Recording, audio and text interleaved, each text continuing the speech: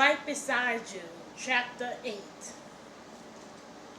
I had already warmed up my SUV and moved it from the garage to the driveway. By the time the girls collected their backpacks and got into their coats, gloves, earmuffs, and boots, it had snowed quite a bit during the night and it was still coming down. I knew that by the time I got home, I had to do some serious shoveling. I didn't mind though. A few years ago, Marva and Carol used to make snowmen while I shoveled and then we had snowball fights.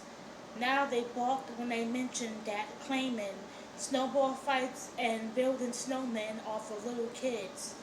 Before we could get out the door, the living room landline on the end table rang.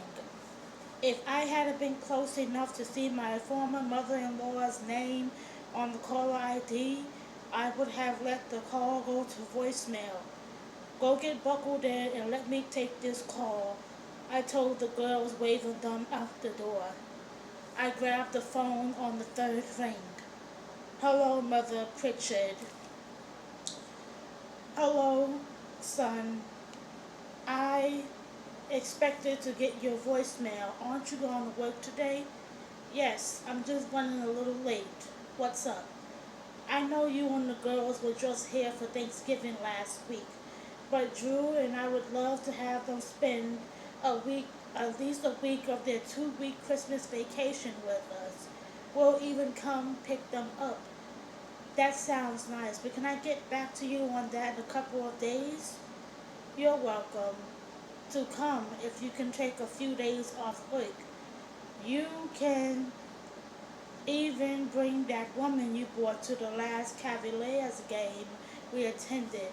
Gina was her name, right? Regina, I corrected. I should have clarified that she'd taken me to the game with an extra ticket she just happened to have, but it wasn't important enough to go into. It didn't matter how many times my in-laws encouraged me to remarry or meet other women, the subject made me uncomfortable, especially when it involved Regina. As much as I enjoyed her company, there was no way I was going to invite her to spend Christmas with me and my family. If that didn't send the wrong message to her, nothing would. She had never actually said it, but I had a feeling she figured we'd eventually become more than just friends if she spent enough time with me. As long as I was hung up on Felicia, that would never happen. The only thing is if you bring her, she'll have to go outside where she wants to smoke. I'm sure Regina's already made plans for Christmas.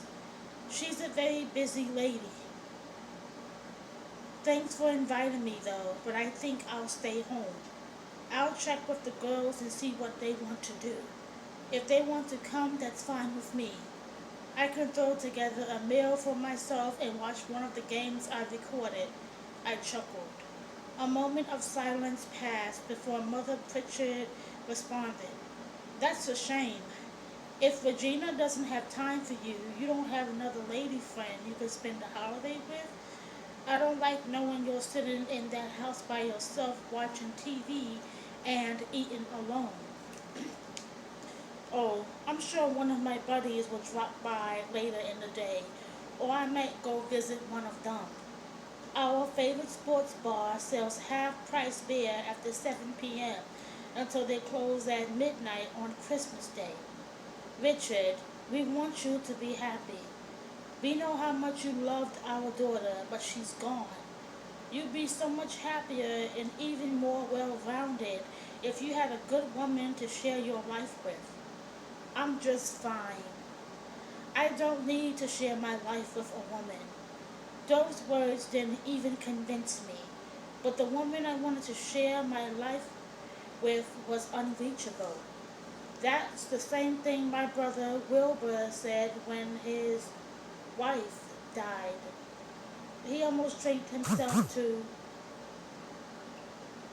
I was glad one of the girls honked the horn. The timing was perfect. Mother, I hate to cut you off, but the girls are getting restless. and I really do need to get them to school and myself to work. Okay, sugar, let me know what they want to do as soon as you can. By the time I got out the door, it had gotten even colder. A gust of icy cold air hit my face so hard it almost took my breath away. I scrambled into my vehicle as fast as I could. Both girls occupied the front seat with Carol in the middle. Who was that on the phone? She asked, looking at me with her eyes narrowed. Your grandmother, I said as I started the motor. Daddy, don't you dare drive off until you put on your seatbelt, Marva told me, wagging her finger in my face. Sorry, I immediately buckled up. Grandma Pritchard wants to know if you two want to spend a week of your Christmas vacation in Cleveland. Nope, they said at the same time.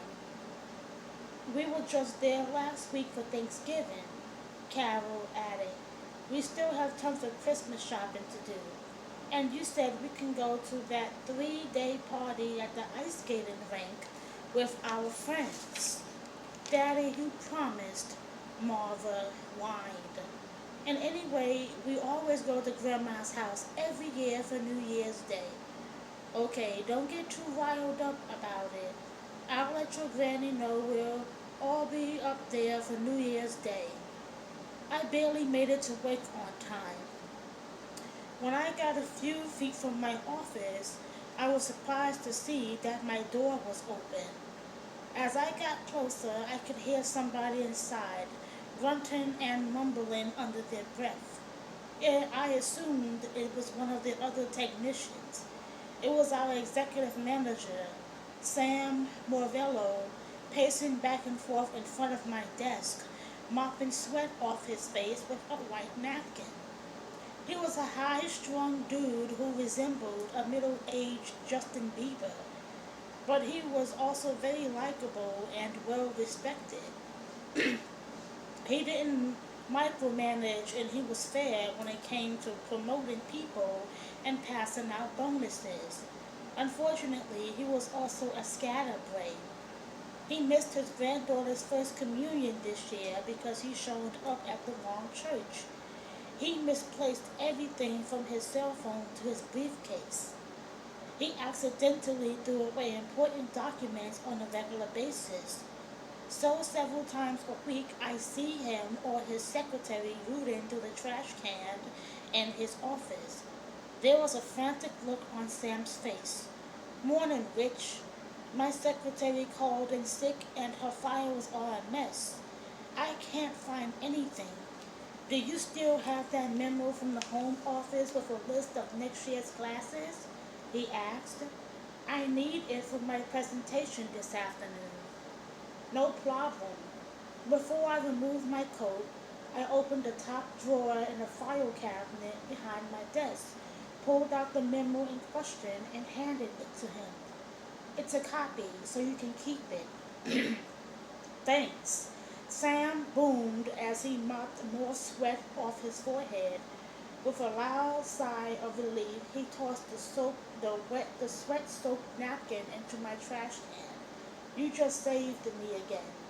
When you get time, put a new toner cartridge in my printer. And since Shirley is out and I don't know when she'll be back, please water my plants before you leave today. I know I'll forget to do that myself. I wore a lot of hats in my day-to-day life, so I didn't mind being my boss's temporary secretary from time to time. Around 10 a.m., after I made some adjustments on one of our heavy-duty copy machines, I decided to take a break. We had a break room on the third floor, which was where I usually went to have coffee a couple of times each day, especially when the weather was as nasty as it was today. But this time, I decided to go to the cafeteria. It was located on the second floor, not far from Felicia's office. She and Pam were walking in my direction as I made my way to the elevator. They looked at each other and then at me, which made me suspect they'd been talking about me. Hello, ladies, I greeted. Good morning, Richard, Pam chirped. Hi, Richard, Felicia mumbled and blinked rapidly a few times. We missed you on the bus this morning, Pam said with a curious look on her face. Is everything okay? She was the lead secretary in our personal department, a few doors down the hall from my office. She had become a mother figure to a lot of our coworkers over the years, so everybody liked her. 2 or 3 times a week, she bought sweets she baked and set them on a counter in the break room. She was nosy and slightly annoying at times, but the place was not the same when she wasn't on the premises. Nobody was looking forward to her upcoming retirement next year. Everything is fine, I answered. I had something to take care of before I left the house, so I decided to drive in. From the corner of my eye, I noticed a blank look on Felicia's face as she gazed at me. I cleared my throat and turned to her. Felicia, you can let your team know that we've already printed out the schedules for the December classes. They were a little concerned that they'd be late again. Thanks, Richard. I'm sure they'll be glad to hear that.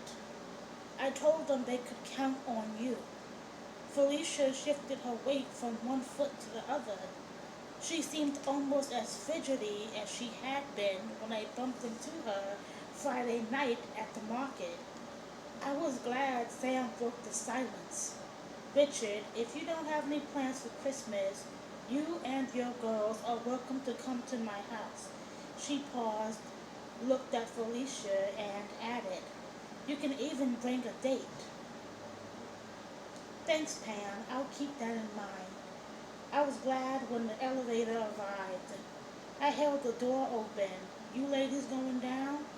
No, you go on ahead. We're on our way to the break room, Pam blurted out. I saw her jab Felicia in the side before the door closed. Now I knew they'd been talking about me, and I couldn't imagine what they said. Like, comment, and subscribe on this video. Bye-bye.